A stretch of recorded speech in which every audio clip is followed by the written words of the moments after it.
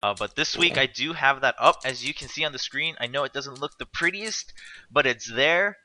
Uh, Things just keep coming up, and I'm just not able to. The thing is, I need to actually learn to make things look pretty, and then actually make it look pretty. So it's taking a little bit of time, but it is there. So you guys see the bands. Gotta dress that up Um, to show it off, man. so Wukong and Urgot were the bands coming out from the blue team, which is DTL. Malphite and Maokai were the first two bands coming out from the purple team, which is Saga, a new team we haven't seen. So it's going to be total 10 bands.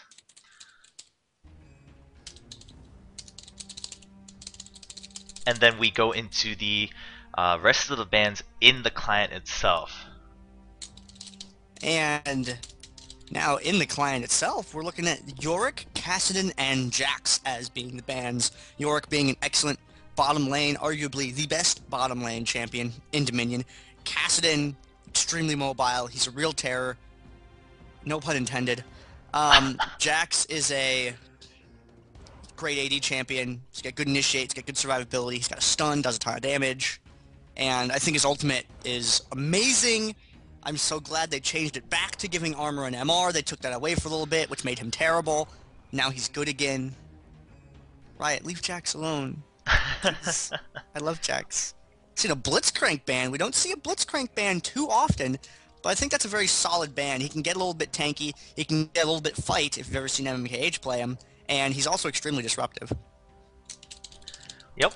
I mean, Blitzcrank's kit is definitely strong, but like you said, especially back when we still just stuck to the client's 3 bans, rarely ever saw Blitzcrank being banned out. Other champions definitely were on the priority of bans.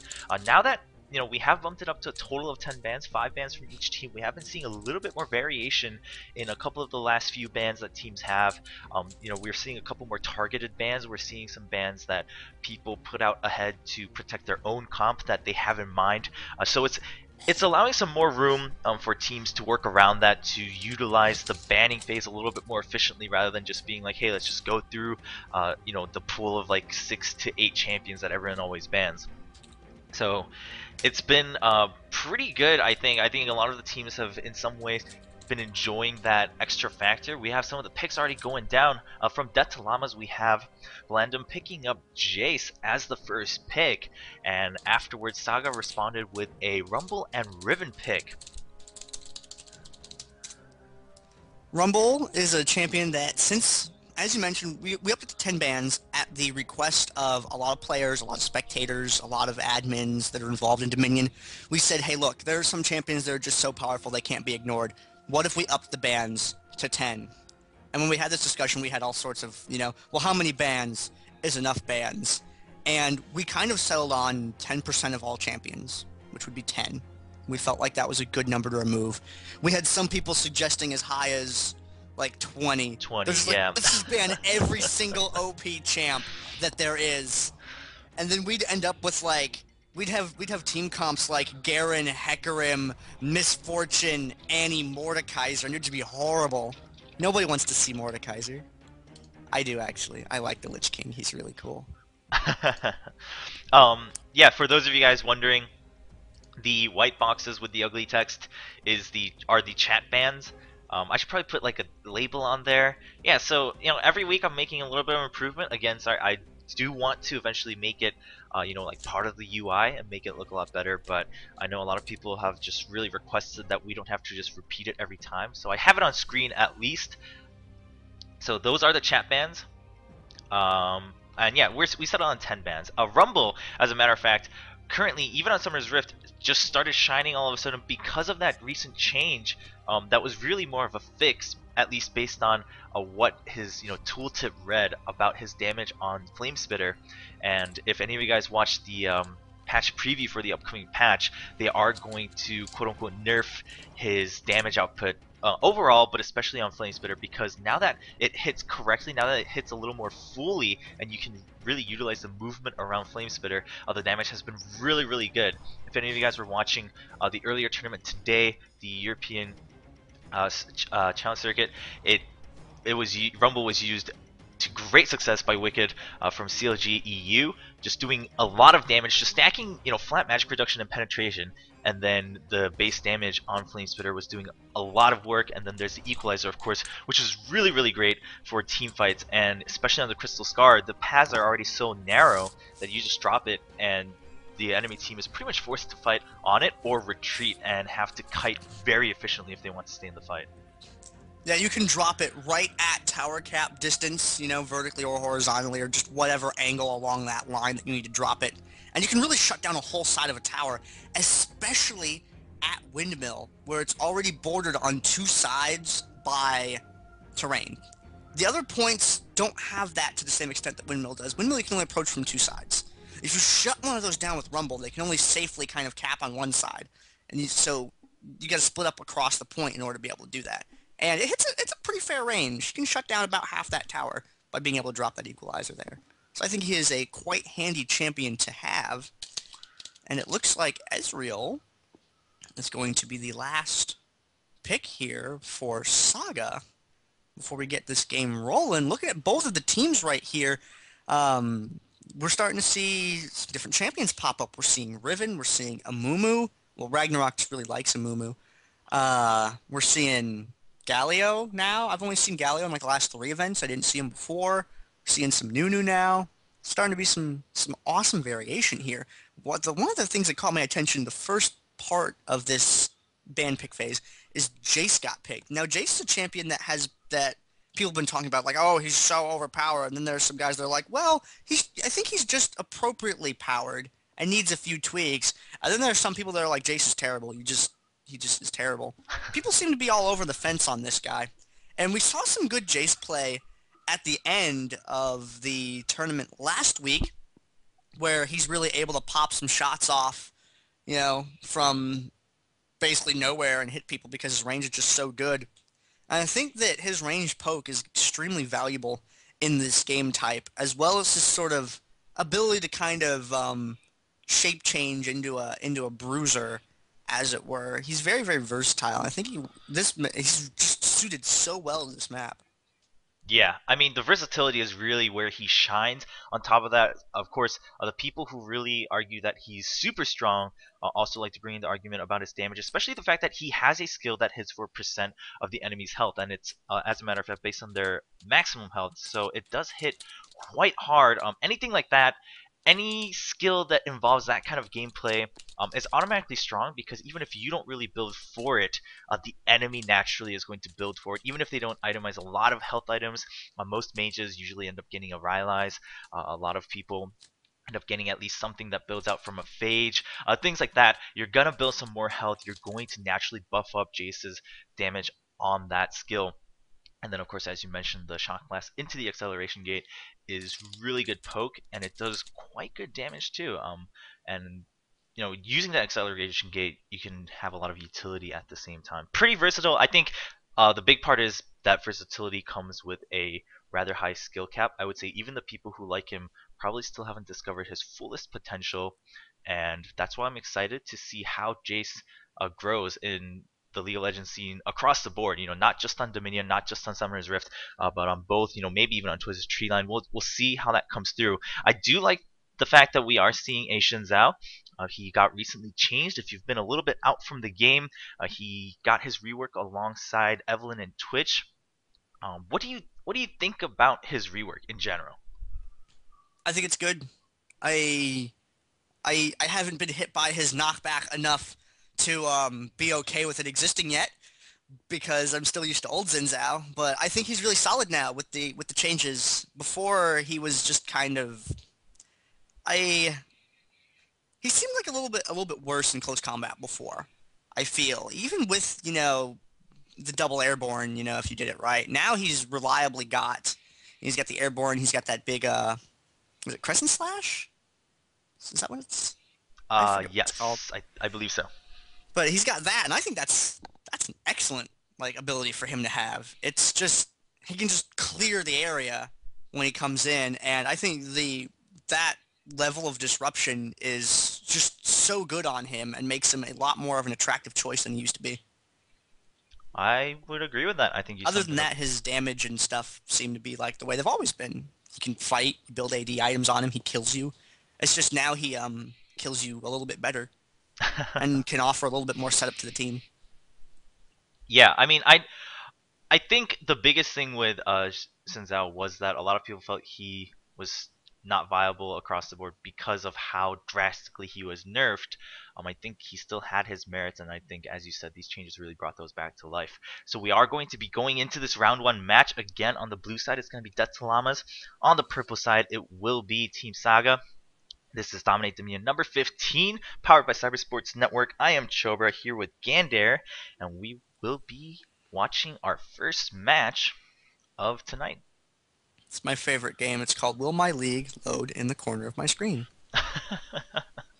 It's been doing that to me like the last 3 days. Missed the first 2 minutes of every game I play now. It's weird. You got my black screen. It's very different from seeing my purple or my white screen. And there we go. We have hit the loading screen, ladies and gentlemen, for the round of 16 game in the DominateDominion.com League of Legends Dominion Tournament number 15.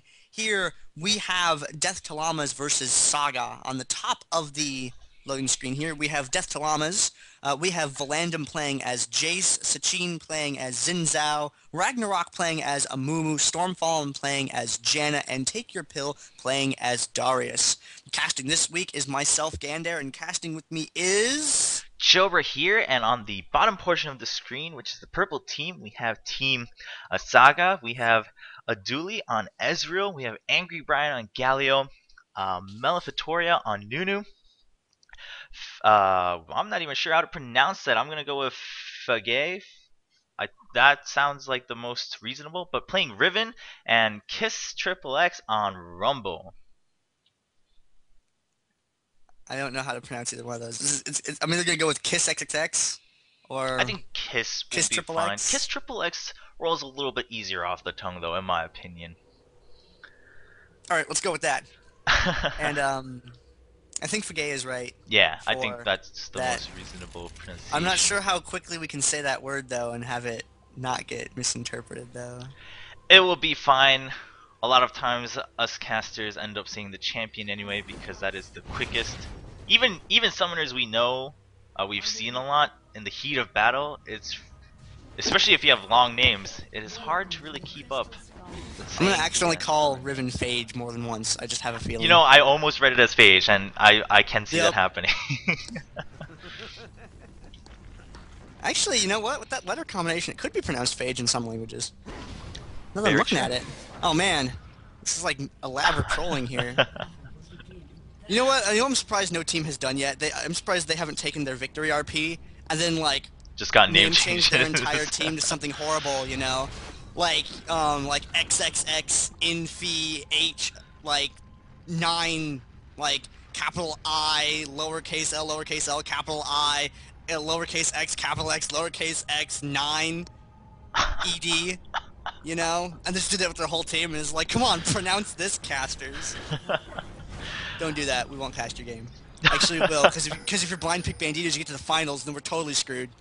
Oh, why did I suggest that? I've just damned us. But both teams heading on towards the top of the map right now. Looks like Galio leading the charge up there. It's opening with that Chalice of Harmony. We're seeing Ezreal open with a Phage. It's not something that we see too typically. No boots Phage opening, but I guess he wants that extra durability in this initial fight. You can see right there Jace with that range being able to get some shots across the windmill over there, putting a little bit of hurt on Galio. And Maleficatoria and Sachin catching up to their teams at the top. A 4-on-4 up here as the Poke War goes out, looking for a good spot to start this engagement.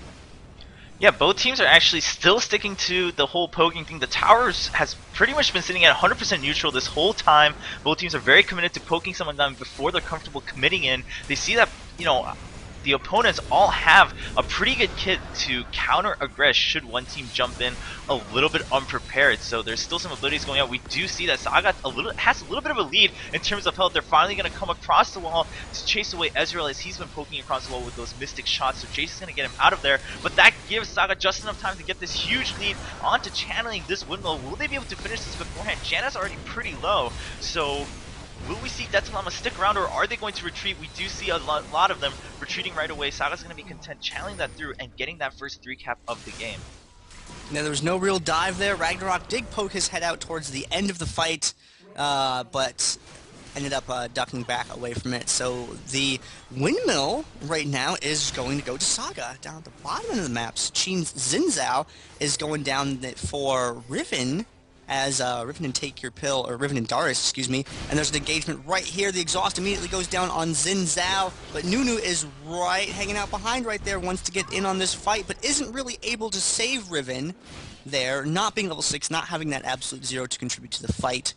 Up at the top, Ragnarok is caught in the jungle by the drill by KissXX, and Angry Brian is chasing Stormfall away from the top, but he meets that railgun that Jace has. His Hextech Hammer. What is his weapon called? Mercury Hammer and Mercury Cannon. Mercury Hammer. Okay, getting caught by that Mercury Cannon right there. Galio saying, hey, I really want a lot of that. I'm going to go ahead and back off. Oh, that's thunder outside. And looks like we might have another gank brewing for the bottom lane. Yeah, I mean, Riven showed a lot of aggression early on, so it appears that DTL really wants to focus down here. They're also having some trouble aggressing up top. They are going to jump right onto Riven, and Jace is going to start the channel onto the Boneyard. They are almost going to get a free neutral, but Rumble does show up and just puts down that equalizer, stopping it before it even goes halfway through. However, he's going to pay for that a lot. Jace is taking some towers, so he's going to go ahead and start channeling that, but here comes a 2-shot barrage, and there's Nuno actually going to walk right past Jace and make sure that Shinzao does not pick up a free kill, saving his teammates, and they're going to go ahead and go back to that tower. And Aduli is going to pick up that Jace kill there with an aggressive arcane shift out of the bushes, is going to take him down. Successful defense at the bottom, but up at the top, Angry Brian looking a little bit sad in the hit point department as he tries to keep that from going neutral, but is unable to do so. Stormfallen picks up that neutral there. Sachin is chasing Angry Brian away.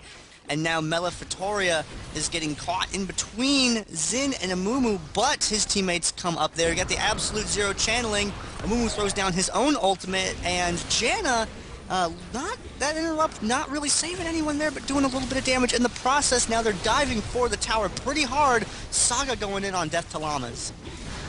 Saga's still going to chase him away, but both sides are pretty low. It's just a matter of a 4v2 right now, but Jace is pretty healthy. He could poke the enemies down. He could definitely pick up a kill onto Nunu if he gets a good shot down. Maybe even Galio. He throws it down, and oh my, the Tornado picks up the kill onto Galio, and here comes Ragnarok on Amumu, going to help pick up that double kill for Janna as Aduli on Ezreal blinks across the wall and begins his escape, but will he make it? The 2-shot barrage will give away his position as he tries to pick up a kill here onto Stormfallen, and we do have Jace coming back for the pinch against Ezreal. Will he get caught? The Shock Blast is going to hit him. He's pretty low, not looking too good. Meanwhile, bottom portion of the map, we do have Riven going against Amumu. Riven has taken quite a bit of damage, but right away turns around with those broken wings and then going to walk towards the Boneyard, but Darius is already here. He's tried to start the channel. This is the objective quest, so if DTL is able to pick up this tower, they will get a buff, but wow, everyone just comes out from the spawn area for Team Saga and helps pick up the kill onto Darius as Riven actually gets killed by Amumu. And now KissXX chasing Ragnarok back towards the tower. Sachin trying to cut in behind at the drill here, trying to seize that opportunity where they had a lot of champions on the bottom lane. Wanted to try and pick that up, but was unable to do so while that was going on. Seen a lot of pings going on down here. Looks like they really want to keep a target on that, or keep aware of that bottom end of the map there. We have another push brewing up the top. Aduli's been doing a pretty good job so far this game, especially in that windmill fight earlier, just kind of hanging back, kind of shooting, you know, doing his stuff. Looks like he was going for that play again there, trying to get above the enemy team, but Sachin putting some hurt on Galio. And with that airborne there, they're delaying for as long as they can. They're really going to need another one of their teammates to get up here in order to make this fight happen. Valandum does come in from the bottom there. Ezreal goes down, now routing the enemy away from the point. Angry Brian is backing away. KissXX shows up, and he's going to add a lot more firepower to his team. But Ragnarok catches up as well. Banish tosses to a minion, definitely doing that to boost himself closer to the enemy team as quickly as possible. And it looks like things are going to mellow out for just a second as that creep wave builds up. Are they going to make a play for the drill? And both teams choosing to back up just a little bit. DTL is pretty content right now. They have that 3 cap. They've been pretty safe with it, and Darius is able to aggress onto this bottom lane. Actually, Ezreal is now going to be showing up here as Riven transitions over to the top portion of the map for Team Saga. One thing that's been a little bit unfortunate for Team Saga right now is every time Rumble shows up top lane for a little bit of a big fight, his Equalizer has been on cooldown, and as we mentioned in the pick and ban phase, the Equalizer is what's going to really make or break the fights for Saga right now. It's a great zoning tool, but Amumu jumps in with that bandage toss. He's actually going to get counter aggressive upon with that Electro Harpoon. Galio shows up, puts down the Restless Smite, actually going to break the channel on his ult as both enemy champions walked out of it. Crystal Sand Mummy goes down, and then the Monsoon completely resetting the fight for Death to Llamas. Ragnarok, is he going to make it out? No, will go down to that Flame Spitter. Riven struggling against the Xin Zhao as Xin Zhao just sticks to Riven. Really good at that these days with that Audacious Charge. Now turning right onto Rumble as Rumble puts out a lot of damage onto Janna, getting that shutdown. But Ezreal is now here poking across the wall onto Jace, which has given Darius free realm on the bot lane, and still no one from Saga is showing up. They're still trying to support each other up at the windmill. So takes the Boneyard for Death to Llamas. Darius is going to go ahead and go back as Nunu gets the shutdown with that final Ice Blast on Xin Zhao. All 3 champions now channeling on this windmill. They do get the neutralized. Jace is pretty low. He will go down. And Janna not in a good position. Might be able to make a getaway. Yes, Nunu will just turn around and make sure that they can secure this safely.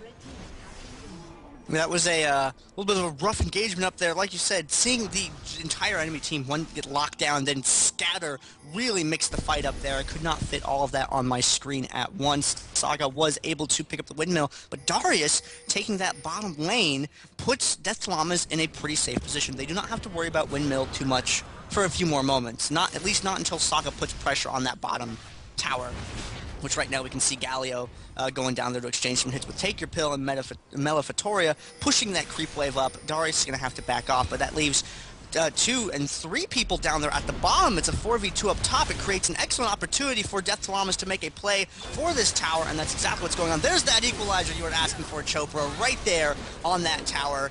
And Amumu goes for that bandage toss, but gets taken out. Aduli is not going to be able to get away from that fight, and Maleficatoria and Angry Brian are here, but I feel like it might be just a little bit too late to stop this cap. Nunu gets close, but is not able to do so. Death Llamas still in possession of 3 points on the map, even though they had to make a couple of trades to get there.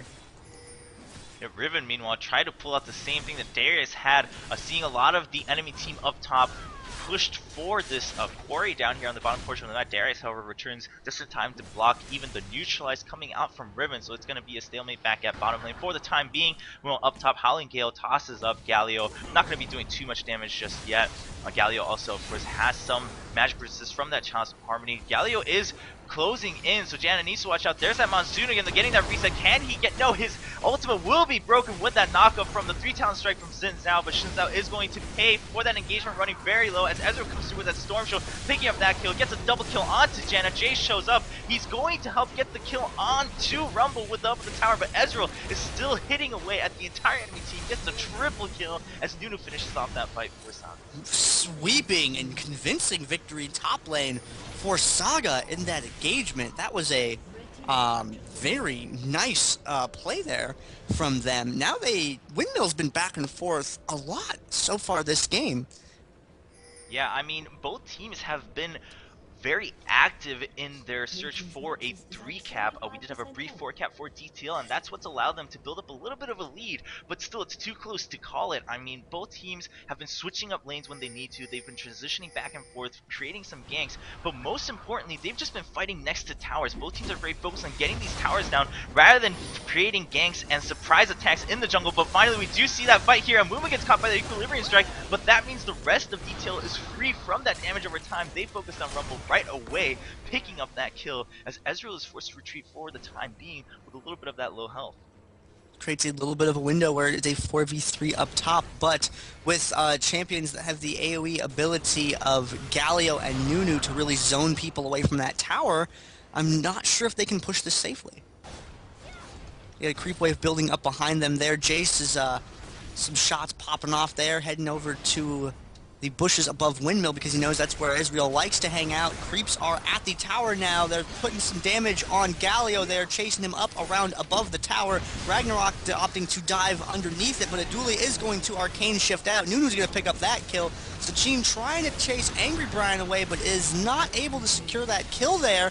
Kissik's going to go down, it looks like. Stormfallen's being focused by Aduli, but no, he shifts off. He wants to get Sachin down instead. Sachin able to get Ezreal. Is he going to be able to get Angry Brian before all is said and done? No, but will Janna pick up that kill instead? We are going to find out. She's trying to get away, and she does pick off Galio, but now she has to deal with Nunu. There's an open tower there. Nunu going to pick her off with the quick cancel absolute zero there. You smack that on and off real quick, it's like having a ranged attack. Daria's not going to get hit with that True Shot Barrage, just narrowly missing. Minion picking up that tower down there, and he's going to go ahead, he's going to drag Phage right underneath it.